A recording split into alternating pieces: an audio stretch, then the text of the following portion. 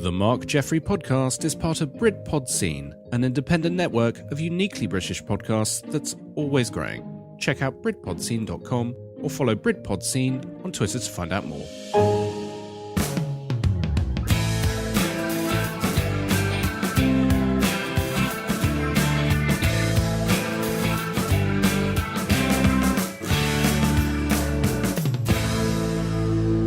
Hello and welcome to episode 37 of the Mark Jeffrey podcast show. My name is Mark Jeffrey and thank you for joining us once again. You can find us over on YouTube, Facebook and Twitter, and you can also subscribe and listen to our catalogue of episodes over at iTunes or by looking at our webpage www.jav10.simplesite.com. But before we go any further, here beside me in the studio on the hill is the main man himself, Mr. Liam Cloak. Good evening, good afternoon, good morning, good day, mate. Hello, everybody. How are you, mate? I'm very well, thank you. And you? Yeah, well, I do feel like should ask you what your week's been like, but you don't really do much, do you? No. Is there any point in asking you? No, Because I know you're just going to say stay here. You've been down the pub.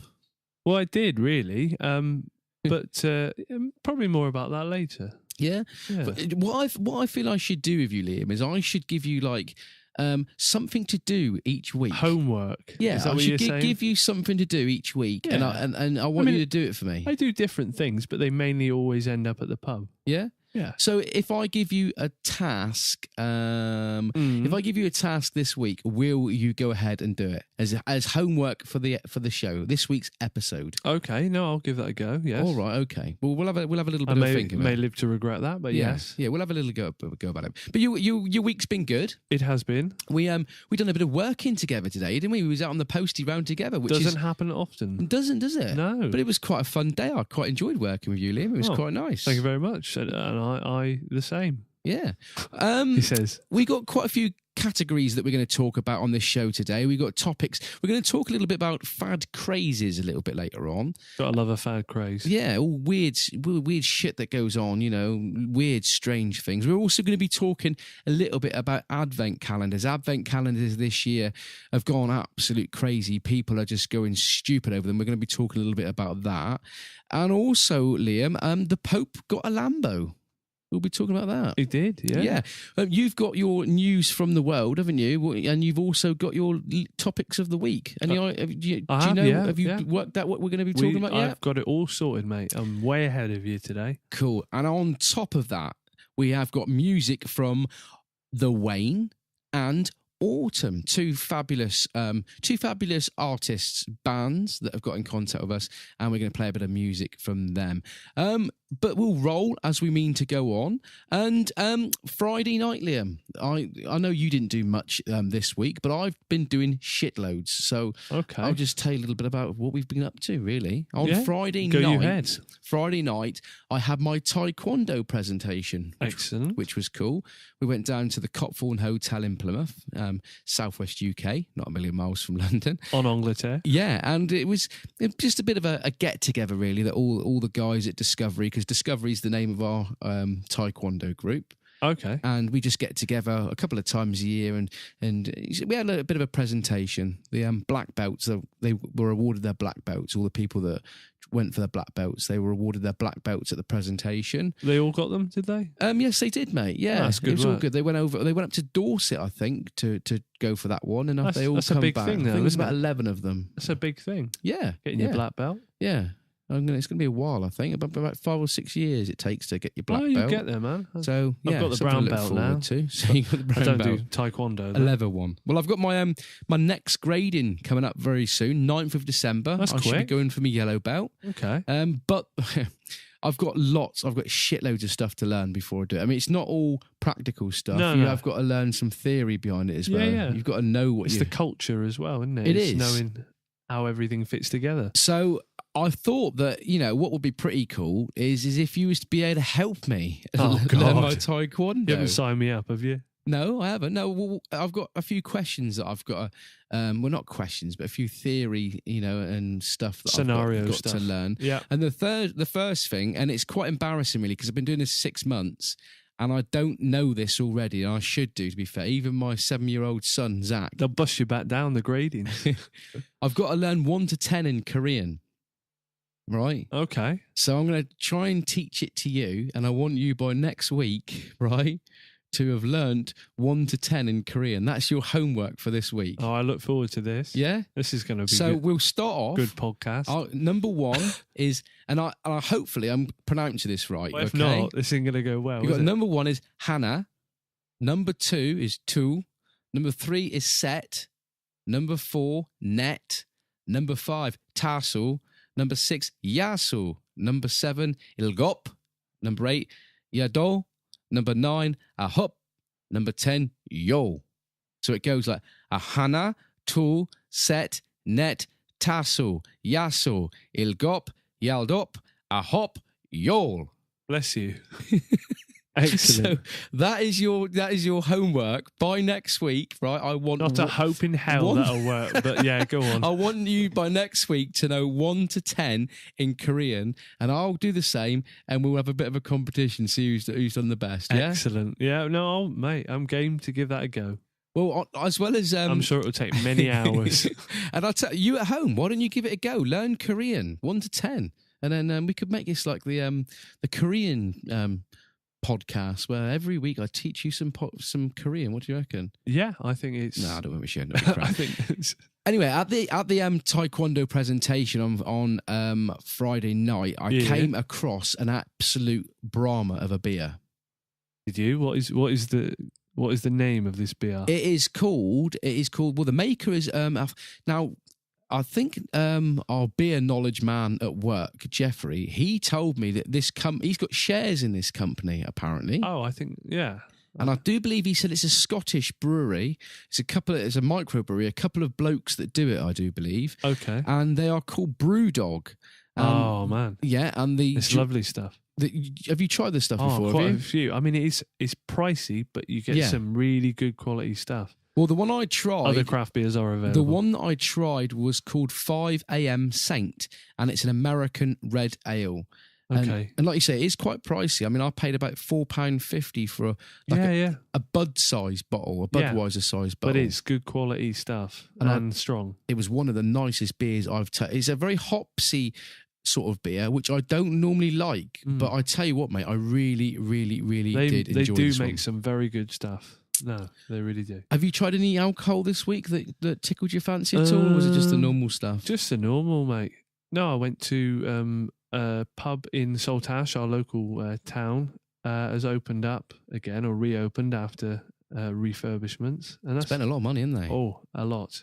Yeah. Over £300,000. Yeah. But it is very nice, and you can see how they're building up to, increasing the different drinks, and it really, really is a nice place. Somebody told me the other day that they've spent that much money. They've tried hiding all the pipes under the beer pipes under the ground or something. Well, they've relaid all the pipes. They've got, and I don't know the technical side of it, but it's a Heineken-based brewery that own, and they've got. I think they're one of the only places in this part of Cornwall, or certainly in this location, like, to have this type of pump system. It's all supposed to be like high tech and wizardry and stuff like that. It's supposed to be a better pint and a cleaner pint and stuff like that. So I don't know a lot about it, but it's all well and good until it goes wrong, isn't it? And then you got to dig all the bloody things up. Yeah. But what was it? Did you have an ale in there? Do they sell different types of ale? Well, do you know what they don't at the minute? They've only got they've only got bottled beer for people in Cornwall. Even though they might like it, a Tribute and Doom Bar, but it is done to death everywhere. So you go into a place, you kind of want something a bit different. At the minute, that's all it's got, but it's got other ale taps ready for stuff to go on. Ready to go. So I'm hopeful. They've certainly embraced their gin as well. They've got about 40 gins. Because didn't I hear that was going to be a Motown bar? They were going to make it into a Motown bar. Well, they were. It was taken out of context, I believe, when they did a news report, and someone said that they were going to be playing all kinds of music, Motown. They just picked on that for some reason. But actually, on Saturday night, they did have a soul night. So it was more of a Motown-y kind of feel to it. It's really, really good, though.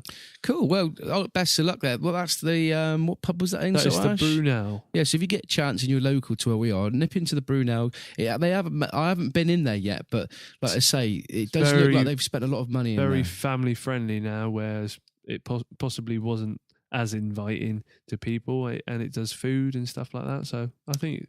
Fantastic. Hopefully they do well there. I think they will. Well, Saturday night I went down to my local pub. Here we go. The Bullers over here in Landrake. And I bumped into my next door neighbour in there. And his name's Steve. And we was having a little bit of a chewing the fat at the bar and having a bit of a chat and that. And he said to me, he says, Mark, he said, I listened to your podcast in the week. I was like, all right, okay. So I said to him, I said, well, what did you think of it? And he kind of like he went a bit quiet and his eyes rolled around in his head. And I said, Steve, look, just tell me what you thought. I says, I won't take offence. I says, feedback is always welcomed. And I says, for a podcast to grow, I need feedback. I says, I'm always getting loads and loads of positive. I says, but I can tell by your face, that there's possibly some negative coming out here now. So he told me. It's him. And he said, when he said that it sounded like our podcast was very staged. Okay. He said it was almost like it was planned and that we was reading stuff. And it's hard to have that line because obviously I know you like having a few notes to guide you. And it can be quite easy to read word for word for them. But I can honestly say though, Liam, I mean, I'm not saying this, you are sat next to me and we're not saying this, we're not lying to you at home. But we are not lying when we are reading from the... What we are doing now is probably, in our 4 years of broadcasting, is probably the least staged and least wrote down ever, isn't it? Once upon a time when we first started, it was all wrote down. Now, I've got a few notes in front of me because you need to, don't you? You do need a few difficult. notes, but it is, you can, and I agree with Steve, you said it was, wasn't it? You can end up sounding very kind of limited by what's written down, and when you get it wrong, you go back over it, and it can mess you up a bit. Yeah. So we're going to try and improve on that one. Also, he said that we, in places, it went on a little bit. We did rabbit on a little bit. Now, we can't really I'm one of these people that naturally talks all the time, and I do go on, and I think that's going to be a hard one to address. Do you think that we go on a bit? Maybe sometimes. We certainly get the... we can talk a bit too much crap. Which is why... This is the end of today's show. Good night. And goodbye. After 12 minutes. Yeah, so that was that. And also, this is one thing, right, that really surprised me about what he said. He said, and Jaffers, you sounded very posh. Did you really? Do I really sound posh, Liam? Do you really? He said to me, he says, well, Mark, you're a very, very Cornish man. He says, and, when you're in the pub, you're very Cornish, talking very Cornish, but when you're on the radio and when you broadcast, you do sound very, very posh. Well, you went a bit Welsh there for a second. Did I go a bit Welsh? Well, the thing is, you see, is that when you have to do this sort of show, you do have to talk a little bit different. You can't talk in your native ways. You do have to talk slightly different. I can't carry on like this. It's doing my head in. So someone actually did say the other day, I met like family, and they were like, "You are from Cornwall, aren't you?" I'm like, well, yeah. You don't sound like you're from... I think people can turn it on and off and change quite... I can speak rather... Can you talk South African? I'm not going to dignify that with a response. No, so, I mean, the thing is, like I say, those latter things I can't change, Steve, but...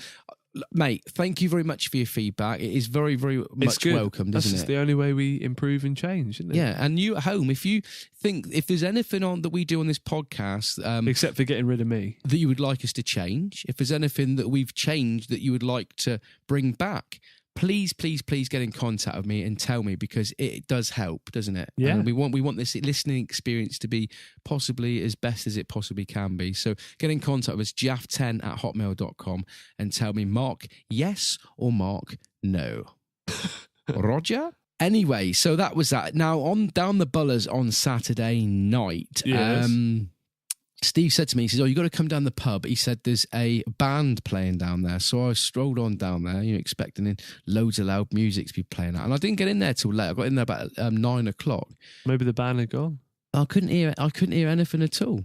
And I turned round and I said, "Steve, so where's this band?" And he goes, "Oh, it's over there." And I looked and it was one bloke. And it was not a one-man band. No, it wasn't a one-man band. No, it was a geezer. He was a Argentinian man. Okay, and he was singing like a lot of Elvis stuff and a lot of Frank Sinatra stuff and that sort of stuff. He had an amazing voice. Did he have the accent still? I don't know. I didn't hear him talking. I don't think he talked all night. To be fair, okay. He just sang along. And what I mean is sometimes people learn the song so much that they don't have the accent, like Argentinian or... I didn't notice an Argentinian accent, I must admit. Okay. But it wasn't my cup of tea. He was having to work hard, but he got the punters in, and there was a lot of people. That's the main thing. A lot of people in there, and it was nice to see that our local pub is going in the right direction, having lots of having some live music. They got a ska band playing in there on Saturday night, I do believe. Have they? Yeah. So it was nice to have a little bit of music down the pub. It's good to see. Yeah. So that was Saturday, and then Sunday. Right, I just want to talk about this now because it did rock my shit on Sunday. This did. It did rock my world, literally in more ways than one. Okay. Sunday morning, I wakes up and Nikki had a bit of a lay-in because we take it in turns. 1 week she has a lay-in, the other week I have a lay-in, and she laid in a little bit longer than what she should have done. So I went up and woke her up. I said, "So what's the plan for today? What are we doing?" So she says, "We're going to a local park in Plymouth." I don't know what the pub was called, Victoria Park, perhaps, was it something like that? She says, "And we're going pebble hunting." And I'm like, Who? Pebble hunting? What are you talking about? Pebble hunting? She says, "Well, it's a new craze that's going around where random people go and leave pebbles, and we've got to go over there and we've got to find them. There's 14 pebbles being placed in the park, and we have got to go and find them." I was just For like, real? I was like, "Oh, right, here we go. Yeah, this is going to be a barrel of shit." Sounds like a hostage handover situation, doesn't it? Yeah. So we went over there. We get to this park, and basically on a website or not on a Facebook page, there is called Devon Rocks, and there's also one called Plymouth Rocks. I think it is something like that. And they've got like 4,000 people on this Facebook page. And I'm like, right, okay. And this woman's put, right, at 11 o'clock, I will be putting 14 pebbles around the park. See if you can go and find them. So we roll up about 15, 20 minutes late. We've got about 20 past 11. And there's people everywhere, mate, walking around this park. Is this a thing then? Now, I want you to look this up in a minute, right? It's painted pebbles, right? What it is mainly children are doing it, to be fair. Oh, yeah. Right. And they're painting a pebble, either whatever they put, whatever they want on this pebble. It can be a message, it can be a picture, whatever, right? They paint it on with acrylic paint, right? And then what they do is they varnish over the top of it. And on the back of the pebble, it says, Devon Rocks. Actually, I'm going to pause it here a minute now. We're going to pause it. Okay. Right, I'm back. I had to leave you there, Liam, because I thought rather than talking about these pebbles, I might just go and get them and show you them. Right, so I'm going to bend down here a minute now. So you're going to be showing me your rocks. Yeah, these are the pebbles that I picked up. And like I said, they're painted pebbles with messages on, and on the back of them is a message, right? Now, the first one that we found was... Well, it was this one here. And it's a pebble, Liam, and it's got a moon stuff on the back of it. And if you would like to read out what the message is that's put on the back of this pebble. It says, someone's drawn the Facebook logo. Yeah, it was a Facebook logo. So Facebook, post a pic to Plymouth Pebble Art, keep or rehide. Yeah, so what you do is you find this pebble, right? And how would you describe this pebble?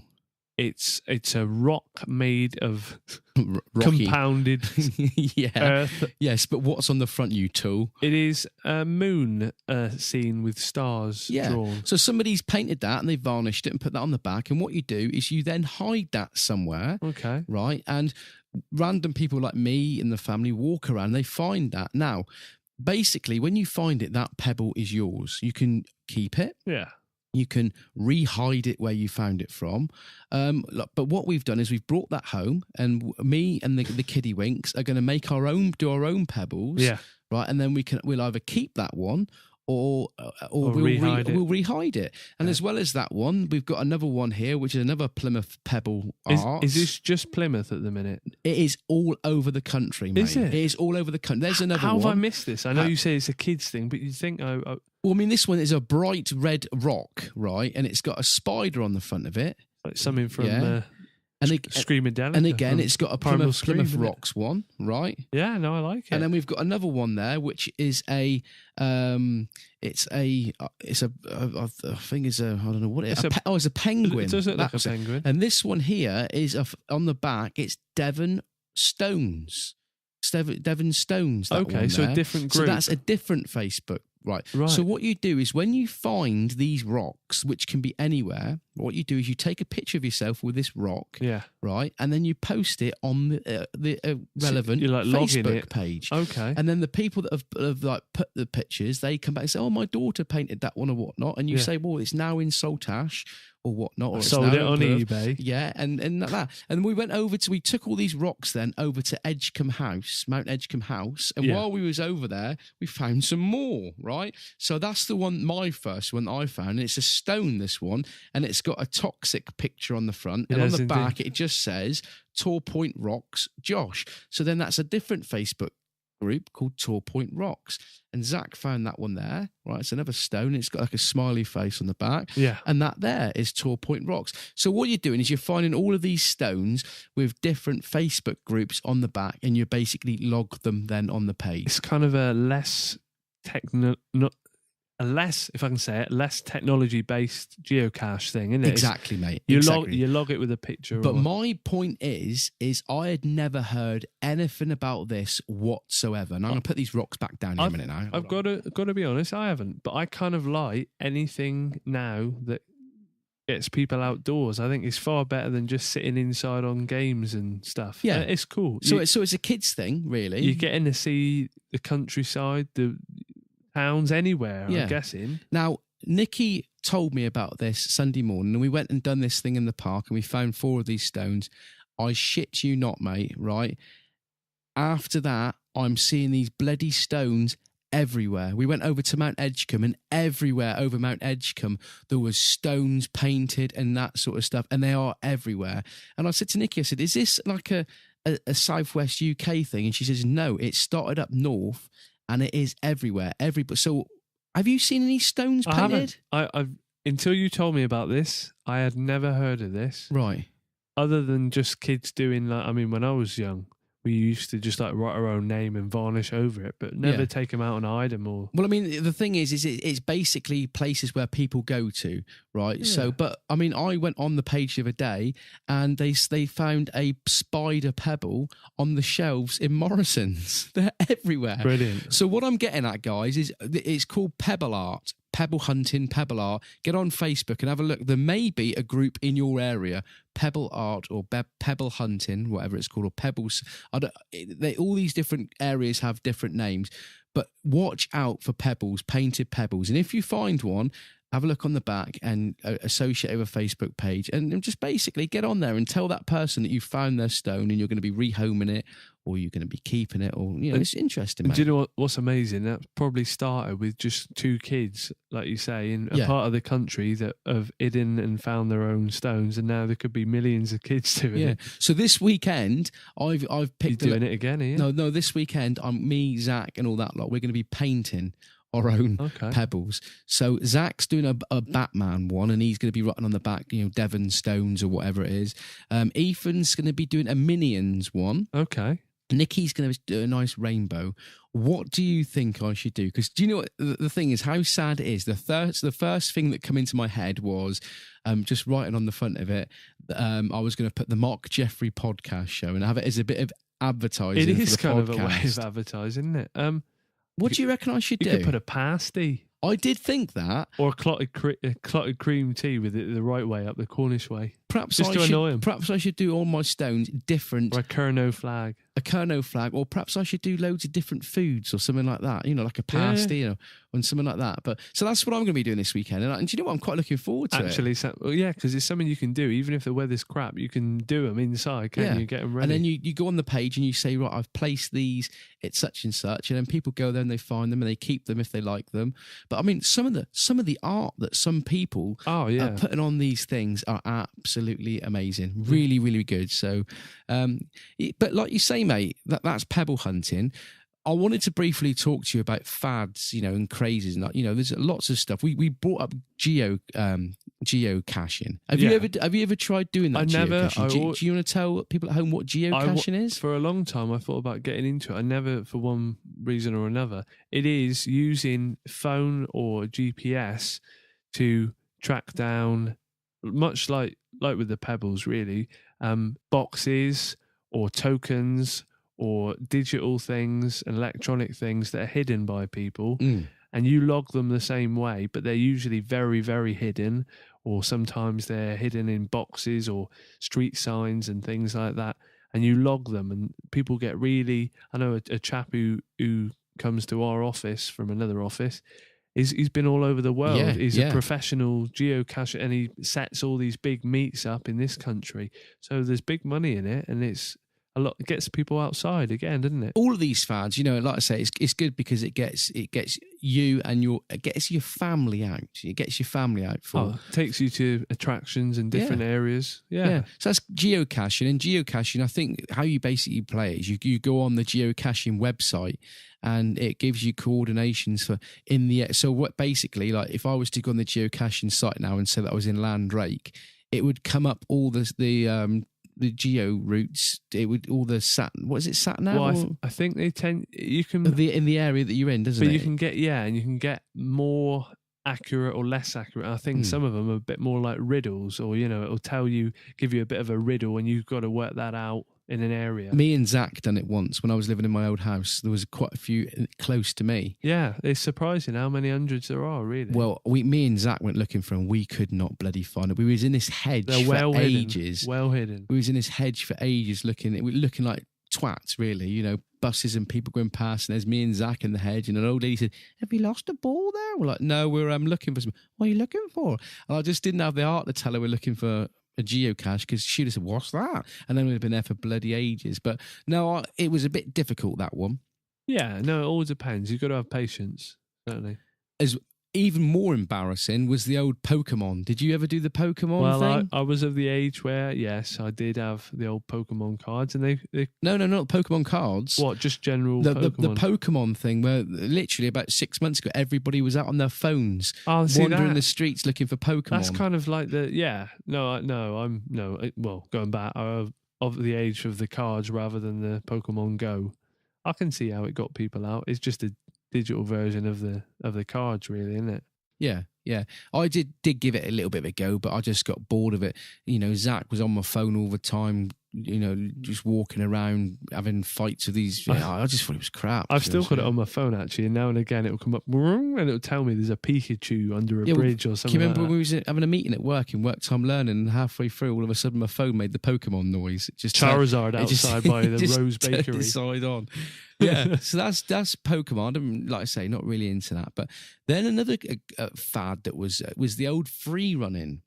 No, I've never actually seen anybody doing this. I think it's called free running. When people jump from building to building, parkour, isn't it? As well, they call it. Is it parkour? Yeah, parkour. Parkour. Parkour. Right. Where, or like you say, they jump from building to building. They jump off bridges, and they go up flipping 100-foot high bridges and do stunts and stuff at the top. It really is nutters that haven't got worrying about heights, isn't it? Really, I mean, it is spectacular when they film it, but when it goes wrong, it does go wrong. It's going to hurt if you fall off, isn't it? Oh yeah. Another thing as well, which is getting really, really popular now, and again, it's all to do with you see a lot of it on Facebook.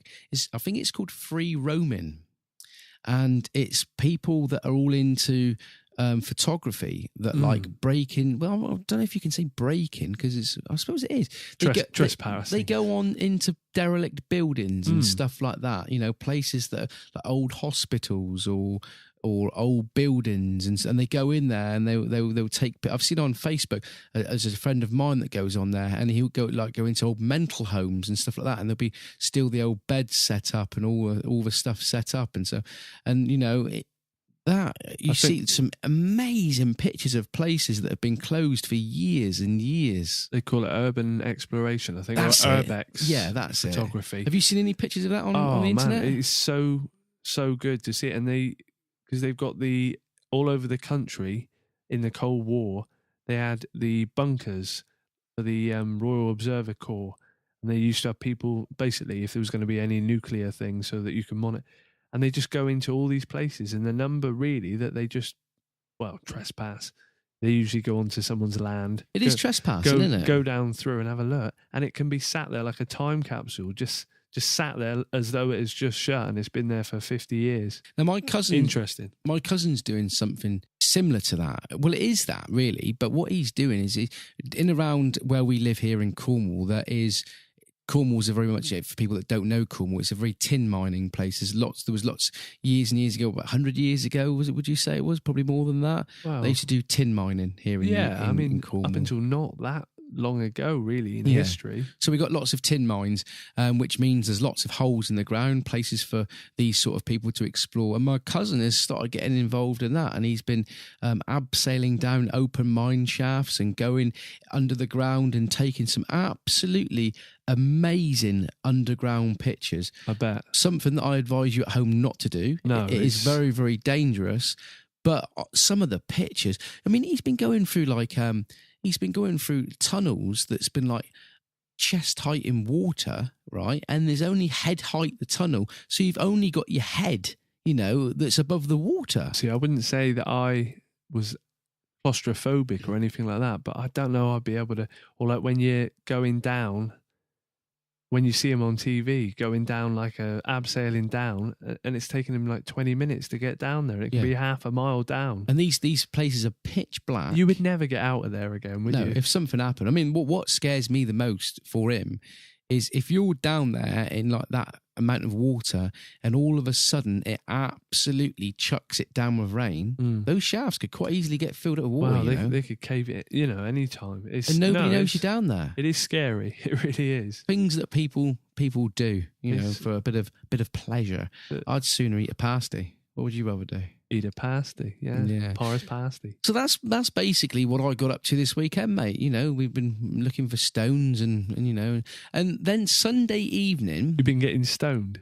Yeah. Is that what you did with the kids? No, don't condone. No. Don't condone that. Technically, you did. Going out getting stoned with the kids. Yeah, that's what you did, though, isn't it? Okay, if you say so. Sunday evening, I thought that what are we on now? What is it? What's the date today? 20th today. 20th today, Monday night. We record the show on a Monday night, and I thought it's about time, really, that I started looking for some Christmas presents. No, okay. Excuse me. Yeah, got a frog in my throat. I thought it was about time that I started looking for some Christmas presents. So yeah.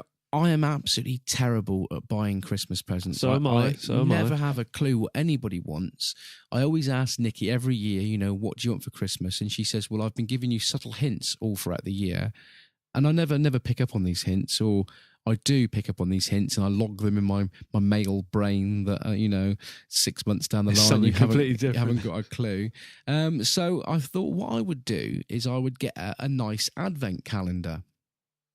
Because, when I was a little kid, when I was a really little kid, an advent calendar was a piece of cardboard with 1 to 25 on that you opened up and it had a picture of a star in, or 3 wise men or something. But then as I got a little bit older, then it was chocolate advent calendars, wasn't it? Well, now they're doing numerous amounts of advent calendars. And this year, advent calendars are freaking huge. All these companies now are selling advent calendars. So I thought, perhaps I'd get a nice advent calendar, like a Prosecco advent calendar, because I've heard that there's lots of group companies now that are selling different types of Prosecco and stuff like that. So I went on the internet and typed in advent calendars. How much? Exactly, mate. What a bloody... There was one Actually, on there. is the main present for Christmas, isn't it? Some of them. Yeah. There's like 300 or 400 quid, like where they did jewelry ones or stuff like that. Rolex did one, which I think was about $7,000. Well, there was one on there that I saw, and it was a whiskey company, and they was doing every day you got a vintage whiskey, and it was something like $5,000. Yeah, that's a lot. You know, and it's just like, so I thought, right, I'll get Nikki a Prosecco advent calendar, and it was 50 quid for this Prosecco. You know, Right. Every day you had a different Prosecco. You want a bottle a day for that. Well, but what I'm getting at, is so if I was to buy an advent calendar, right, a Prosecco advent calendar, and it cost 50 quid, is that then, would you say that was a Christmas present? Well, that's it. Like I just said, it is pretty much a present, isn't it? I just think if I bought her an advent calendar and every day she'd be pretty pissed off on Christmas Day when she opened it up, and I was like, what have you got me? What do you mean, what have I got you? I've got you an advent calendar. Oh, it's gone. It's Christmas Day now. You know, it'd be like that, wouldn't it? You know? But there's some, you know, what did you, when you was growing up, what advent calendar did you have? Just the standard ones, you know. Sometimes you had like 2 or 3 just to make up for the fact that they were quite cheap. When you said you had a standard one, though, was it a chocolate one, or was it just chocolate? I mean, they're doing Lego ones now. They're doing car ones. So advent calendars this year are crazy, crazy money. There's some lots and lots of money being made on advent calendars, which was nice. Which was nice, yeah. One thing I did notice that I saw today actually was Twitter have announced that how would you describe it? They've increased the number of characters that you can have in a tweet, haven't they, from 140 to 280. What do you think about that? Do you use Twitter at all? I don't. I see how it can help a lot of people, but I also see that a lot of people thought that having a limited amount of characters meant that you could say what you wanted without going on a bit. And there's for and against all of it. I don't think it's a great in the world where things are going on. It's a terrible thing to have happened, is it?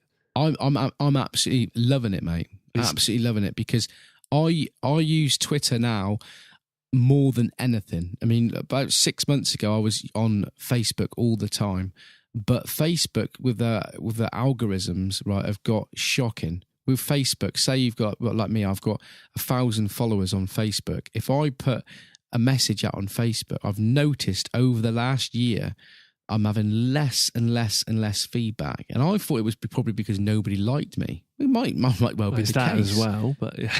But a lot of it with Facebook is they're basically shutting down the amount of people. So say I had 1,000 followers and I put a message on my Facebook page, it's actually only going out to 10% of those people because they want you to buy into. So they want you to buy into their adverts, and I've noticed that the amount of people that engage in my, you know, what I do on Facebook now is seriously dropped, and I ain't paying for it. Do you know what I mean? No. I have tried pay. I have done a few adverts with them, and I've just found that it's not been worth my while, the money that I've spent. So I use Twitter, and Twitter is what I use the most at the moment. And now they've done this, it is a blessing in disguise, because I was finding that I wasn't, you know, you can put loads of hashtags in to attract more people to what you're selling or whatever you're doing.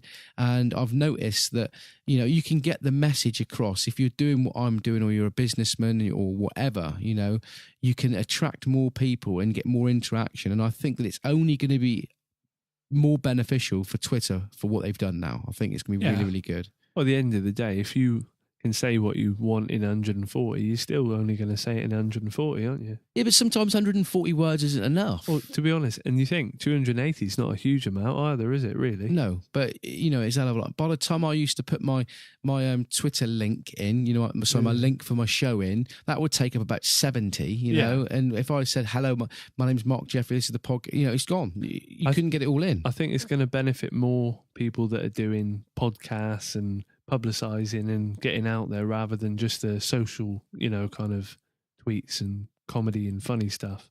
But yeah, no, I think it's good. You've got to try these things. Technology's scaring me though, mate. I tell you, it is really scaring me now. I am. Well, you know, it's like today. today I was on my post round today, walking around, and when you do your post round, you've got a lot of time to think, haven't you, when you're working by yourself? I suppose it's like any job, really. You get lots and lots of time to think. And today, I was really thinking today, and technology is starting to scare the shit out of me. It could kill us all. It could I'm serious. I agree with you. It could take over. I agree with you, because it's like, I mean, I was thinking today, I mean, like, you think about it, 20 years ago, we do everything with our mobile phones now. Everything. Yeah. 20 years ago, you didn't use your mobile phone. And in that short space of time, 20 years, right? Look at all the stuff you are now doing with your mobile phone. And everything. We rely on it too much, because I think, like, or in this country, in the UK, not that long ago, the National Health Service, all their computers went down. Now it was chaos. And there was no backup to it. They weren't able to just go back to notes, to paper notes, and have all of the stuff updated on it. They didn't have it. Yeah. So it shut hospital wards and hospitals. We do over-rely on it. It is good in one way. Well, I mean, everything is apps at the moment. You can buy all of your shopping on Amazon via the Amazon app. You can go to the doctors. You can book your doctor's appointment on your mobile phone, do all your shopping, turn your heating on and off.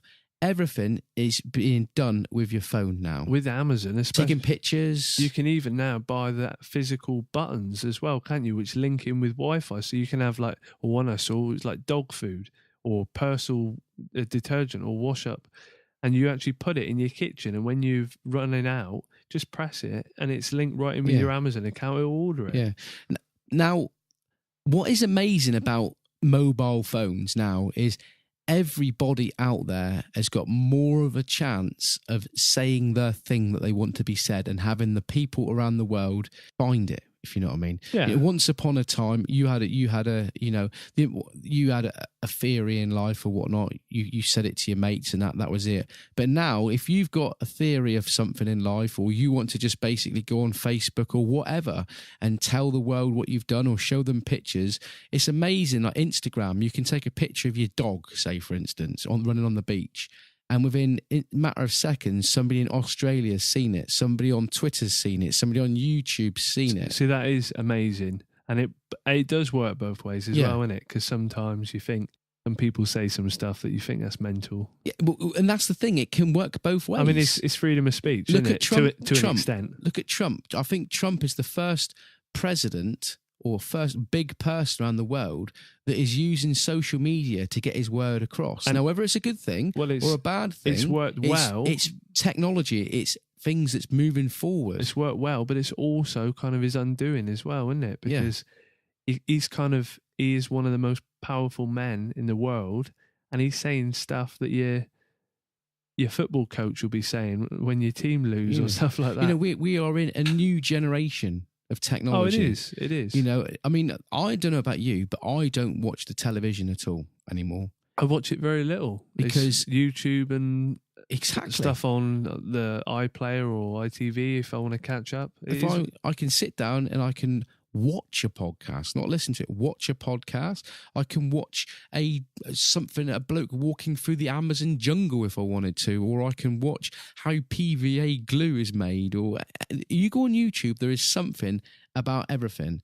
And for the likes of me doing a podcast and for the likes of people that's trying to build a business or trying to build a Facebook page or building a YouTube page, you see all these people now that's making millions of pounds, right, on YouTube, right, just by, I don't know, giving advice to people or being a comedian. If you're a comedian, now is the biggest chance ever to get yourself recognised and becoming famous without going to the BBC and getting a job and stuff like that. Once upon a time, if you wanted to be an actor, the only way you got noticed is by the BBC coming to you.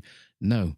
Now these companies are going on YouTube and finding all these people. Yeah. And there's that bloke, I don't know if you watch some Celebrity Get Me Out of Here, whatever it's called. Okay. One of the blokes that's on there, forgive me, I don't know his name because I don't really watch it, is a bloke that's making millions and millions of pounds a year on YouTube. Yeah. No, it is the future of, I don't think television as it has been for years and years is going to exist. No, because when I put the telly on and have a look, I find hardly anything, and it's not just a personal thing, that there is able to be watched. Most of it is on-demand stuff and catch-up stuff, isn't it? Yeah. And box set stuff. So the world has changed one hell of a lot with technology. Yeah. And, it's quite scary that in 20 years it's gone from me playing on a Spectrum computer to me now sat at home with a virtual reality goggles on and walking around a maze picking up crystals and stuff like that. It's coming round again, though, because they are bringing back all the retro Spectrum. I think people do really genuinely, and younger people, born in the 2000s, want to get back into the old school stuff now. Yeah. I think there's too much of it all online. But it's all good, but the one thing that is scaring me now is all the other shit technology that's going on, like cars driving themselves, lorries driving themselves. I saw a thing the other day. There's a new lorry out, and I don't know what it's called, but it'll do something like I don't know, it's all as a fully electronic lorry. Yeah, it will do the whole journey through using electric, and it will drive itself. And now this is bloody scary shit, if you ask me. And they've designed. I saw a thing where they've built them so that they kind of convoy,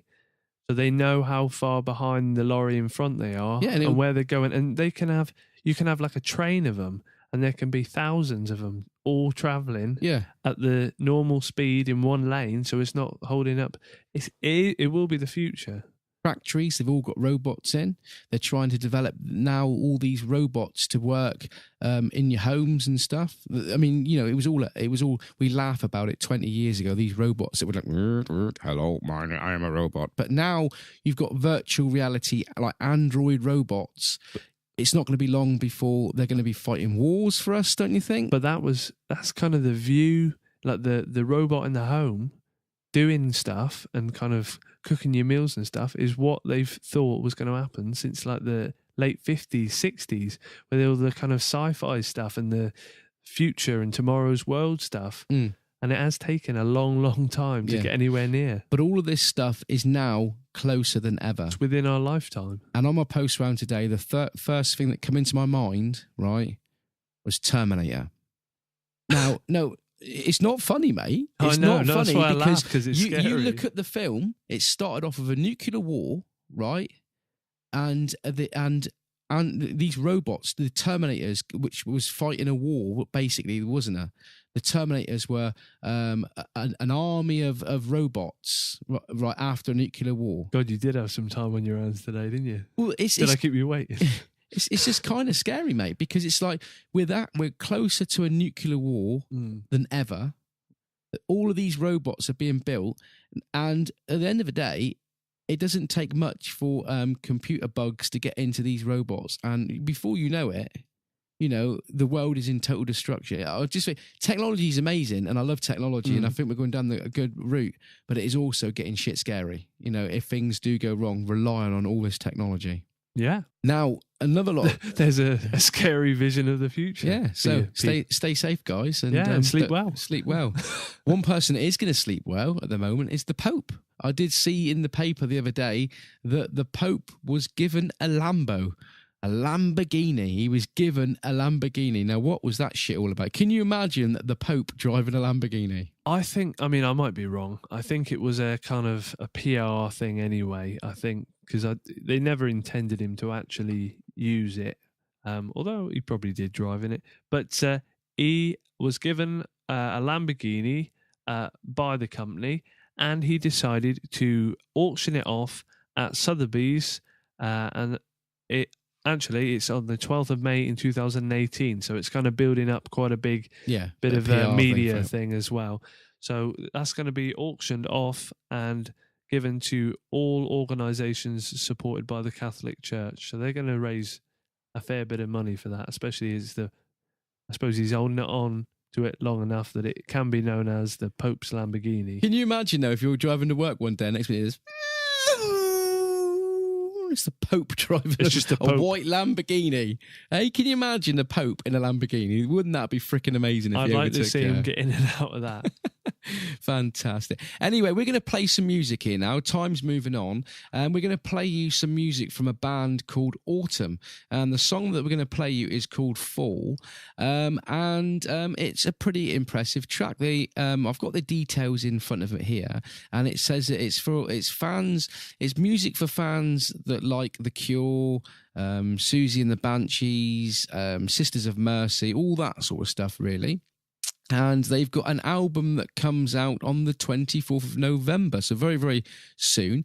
And the record company is called Set Records, I think we can say it is. And I've had a listen to it. I'm going to play it for you now, and it's quite an impressive song. You've heard it, Liam, haven't you? I have indeed. You quite enjoyed it. Very atmospheric. Susie and the Banshees. Was you ever a fan of Susie and the Banshees? I used to quite like them. Yeah, I didn't mind them. Yeah. Well, should we play it to those beautiful, beautiful people at home? Let's play it loud.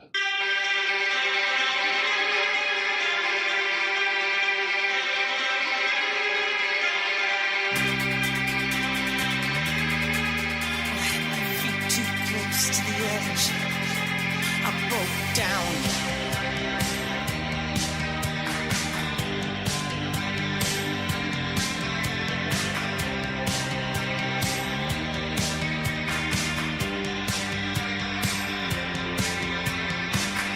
I go on from day to day to day. No one knows how I pay and pay and pay.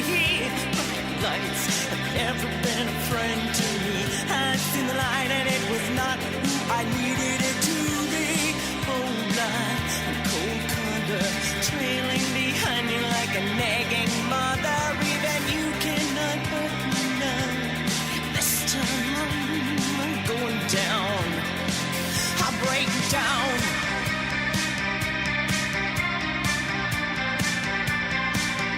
And what they say, la la la, you're not falling down.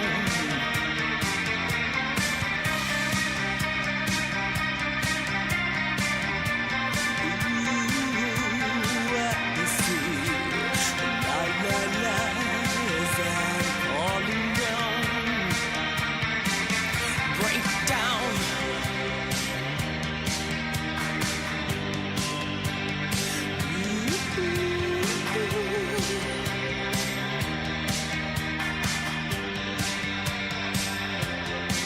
With just a flick of a wrist and just one finger push, I am careening down, and that was all it took.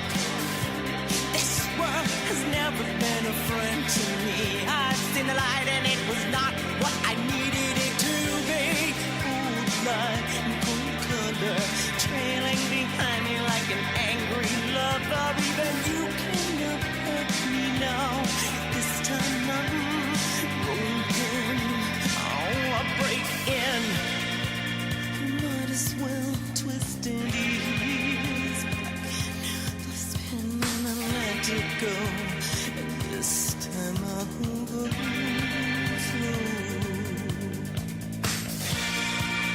With my arms out free, I wanted you to be here with me. Oh, I want to be free. I wanna know what's inside of me. I wanna know who I'm meant to be before I die. I want to be free. I wanna know what's inside of me. I wanna know who I am meant to be before I die. Oh, I've got to try.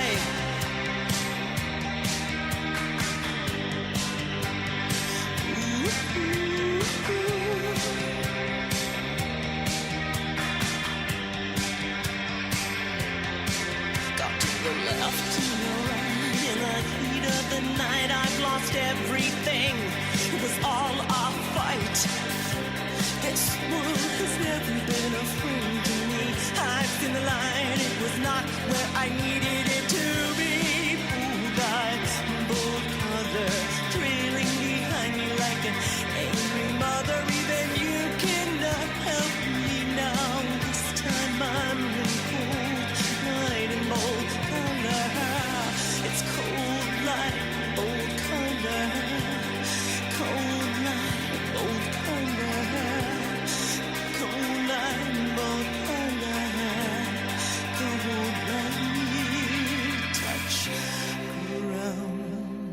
There you are. Told you was going to like it.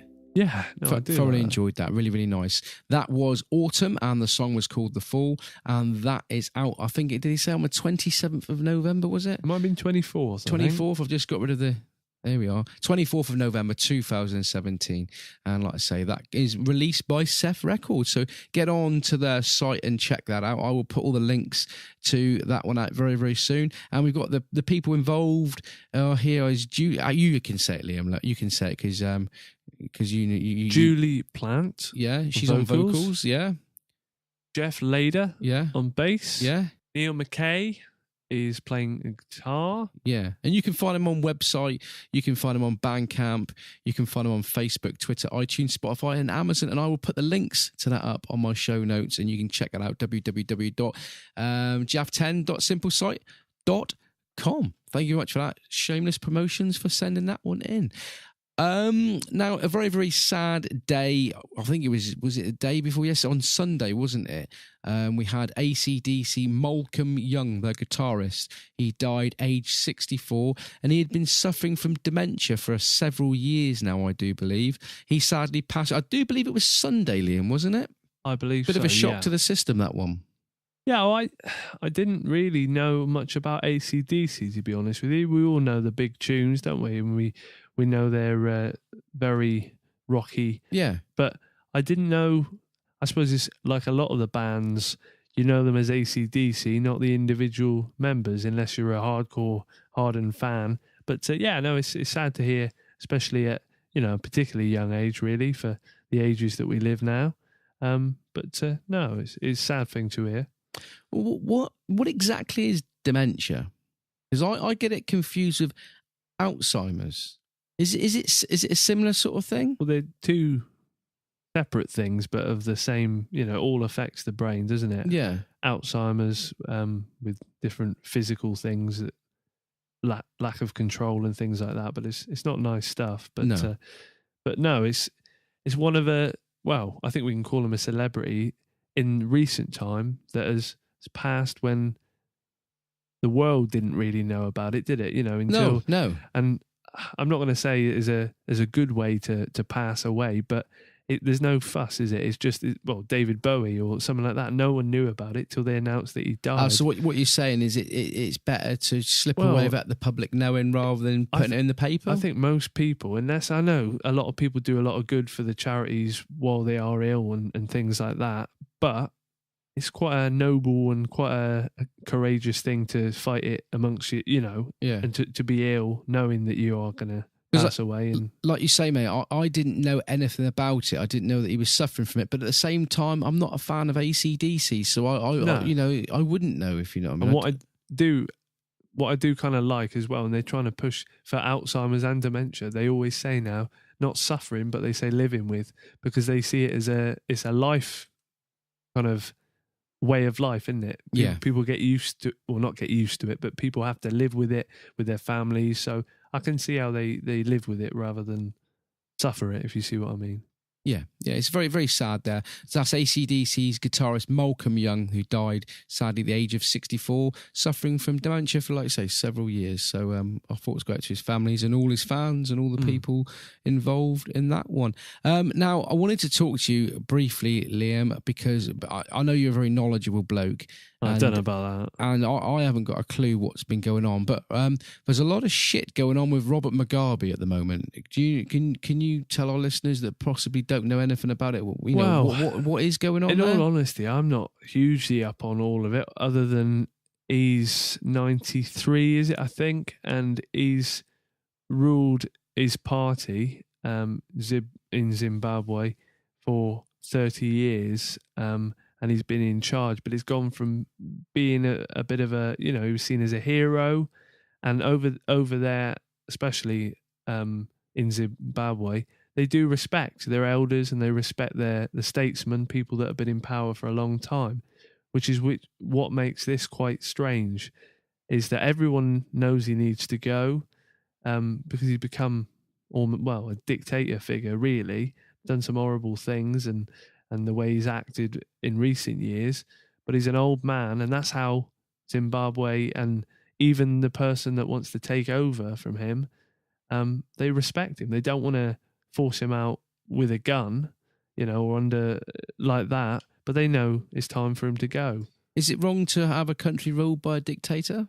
Well, yeah, I think so, really, because it stops it being a democracy. He might have got in under a democracy, but he's being kept there by fear, really, and the fear of, and now the army have said it's enough. We've got to take over and get some rule back. But it's very strange. I think, well, hopeful that they'll sort out and have a plan of how they're going to go forward. But he actually did an interview, and it was live on TV, and people were watching all over the country, expecting him to resign. And he basically said that he isn't going anywhere and he's going to carry on with power. But even his own party have said they don't want him in charge. So, but what I said about, is it wrong for a dictator to rule a country? Prime example, Saddam Hussein. He was a dictator. Yeah. As soon as he is executed, gone, disappeared, all these sort of these people that he's kept at bay, these what can I call it? These group of terrorists or whatnot, organisations that he has kept away for all these years, all of a sudden starts creeping in.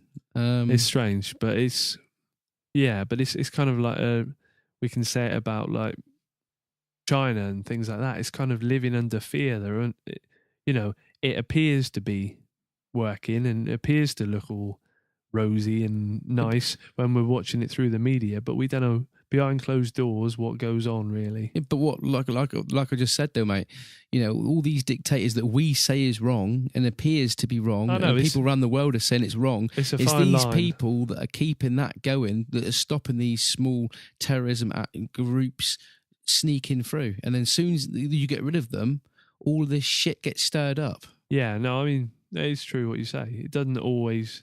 We don't always sort situations out to the best, do we? No. We can step in and try and stop someone, but we can make it a lot worse sometimes. Yeah. So couldn't he get voted out then? Don't they have like doing this country? I think this is the part of the dictatorship thing. I think he's saying he isn't going. There must be somebody that can get rid of him. Somebody put him there. There must be somebody that can get him out. But the part of, and it's all very complicated, part of the thing that was causing the problem was his wife. She buggered off, didn't she? Well, she's had to leave because there was threats to her, because she was then going to end up, and she's a fair bit younger than him, she was going to end up as the possible next candidate to take over charge. Now, you imagine how that would go down. Because that would just mean that he was running it through her. Yeah. But, it's all very complicated, but it needs to be sorted out. And let's hope it does. One way or another. Let's hope it's all sorted out, stabilises, and there's not going to be any trouble, and the world will live in happy peace and harmony, and Christmas will be here, and we'll all be able to celebrate. And also, a reason why I say that is the other day I saw I knew it was nearly Christmas because I saw the Coca-Cola advert on the telly. The holidays are coming, holidays are coming, 'tis the season to be ready. Yeah, that all come on the telly. So Christmas is officially coming, and Black Friday hits the net. But my question for you, Liam, is what is Black Friday? What does it stand for, mate? The day following Thanksgiving Day in the United States, and is the beginning of Christmas shopping season. And the history and origin, the term Black Friday originated in Philadelphia, where it originally was used to describe heavy pedestrian and vehicle traffic, which would occur the day after Thanksgiving. Really? So just like real busy. Right. A bit like our Boxing Days, or, you know, the mad dash for the Boxing Day sales and stuff like that, I think. So it was nothing to do with the racist terms and stuff like that. I'm guessing there's going to be different interpretations of it all, but it seems like it's just chaos after Thanksgiving. Yeah.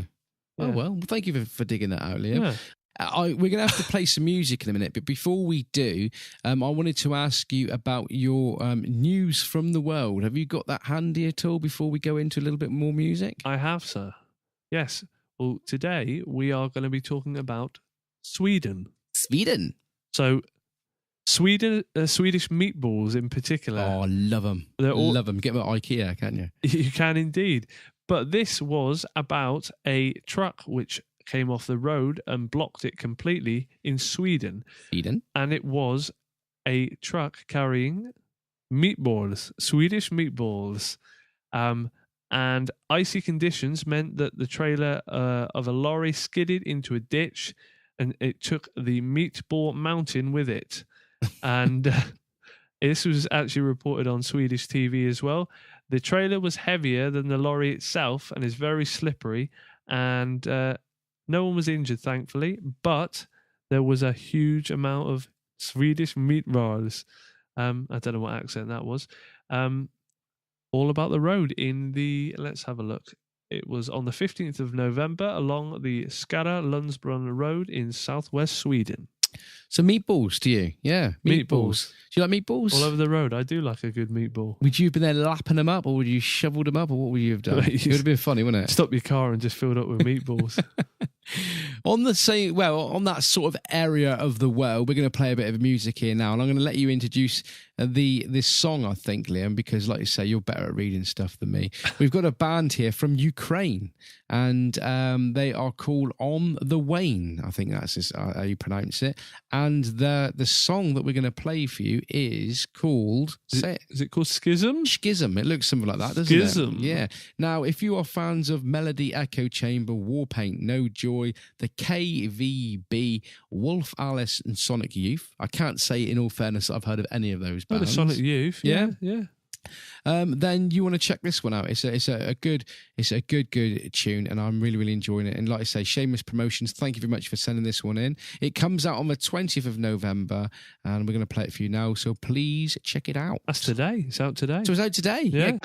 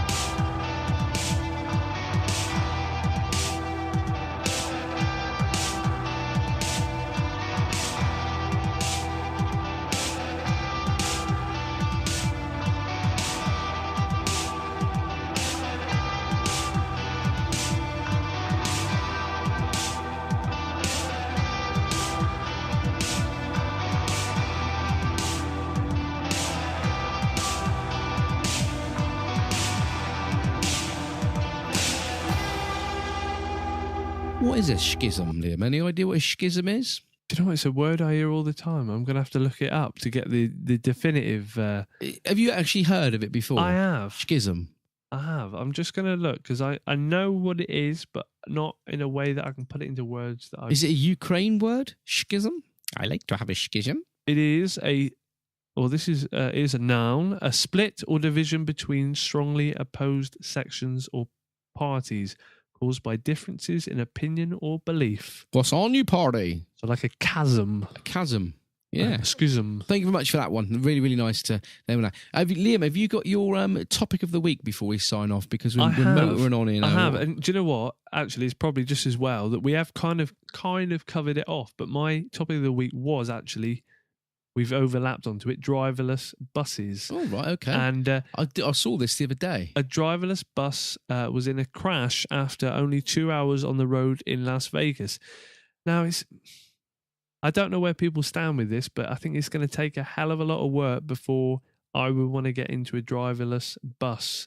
Not as a driver, obviously, but as a passenger, because we seem to hear a lot about these driverless things and Google things, and they're often to do with when there's been an accident or something's happened. Now, there aren't that many about at the minute, so if you're unleashing millions of them around the world, in the current state, it's not that safe, is it, really? No, I know it's other people just as much, and drivers, with actual drivers in the car, but it's still crashes. I think I saw them the other day. I think they're trialing them in Amsterdam or in Holland somewhere, I think, as well. I've seen these, they're like you say, they're buses, but they're very small buses. They only take like groups of 10 people, and I think that they're doing it free of charge at the moment. But it is scary. I mean, what happened? Well, obviously they've got sensors, so they will stop. So they're going to be safe. But I just, I can't. It's the people around them. I mean, yeah, we know now when computers go wrong or machines go wrong. But what happens when you're riding along doing 40 or 50, or an ambulance or police car? An ambulance in the future. Pull over for an ambulance. An ambulance in the future could be a driverless ambulance. It could actually be. Well, I know they need paramedics and stuff like that, but it could ferry people out. It's very strange. I think it's quite hard to see it working well within the next 15 years or so, really. What happens if they do podcasts by robots? Podcast. You could say that we're a bunch of robots. This is the Mark Jeffrey podcast. Anyway, thanks for taking the time out of your busy lives to listen to episode 37 of the Mark Jeffrey podcast show. You can get in contact with me, jaff10@hotmail.com. We're also on Twitter at Mr. Jaff10, Facebook, the Mark Jeffrey podcast show, and check out the links to tonight's music and guests by finding my webpage, www.jaff10.simplesite.com. Please check out and subscribe to the Mark Jeffrey podcast show on iTunes. And while you're there, Liam, what should they do? I forget this every week. Every week. Leave a freaking comment. Oh, yeah. Yeah. No, that's it. Any last words, Liam? Don't believe everything they tell you. And until next time, look after yourselves and those around you. Treat others as you wish to be treated yourself. And remember, your life may not be as crazy as you once thought it was.